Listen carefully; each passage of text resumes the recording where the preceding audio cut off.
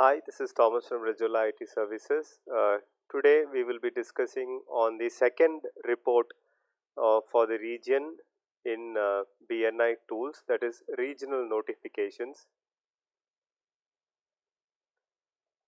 So to access this regional notifications, please visit bnitools.rejola.com and sign in with your user ID and password.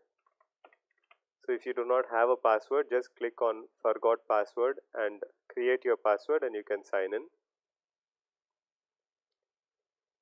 You will find this report under the menu reports and under regional and regional notifications. This particular report is meant for the executive directors and for the senior support DCs, where they can have a snapshot of the entire region, every chapter for specific reports, specific items.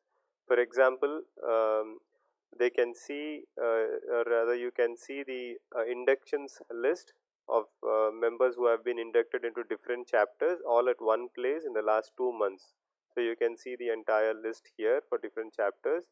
You can see the drop list here with the dates for the last 2 months for each chapter, and then you can also see the upcoming renewal members list for each chapter. So 30 days, 60 days, 90 days, and also 120 days is available here. So you can see the renewal members names of each of the chapter.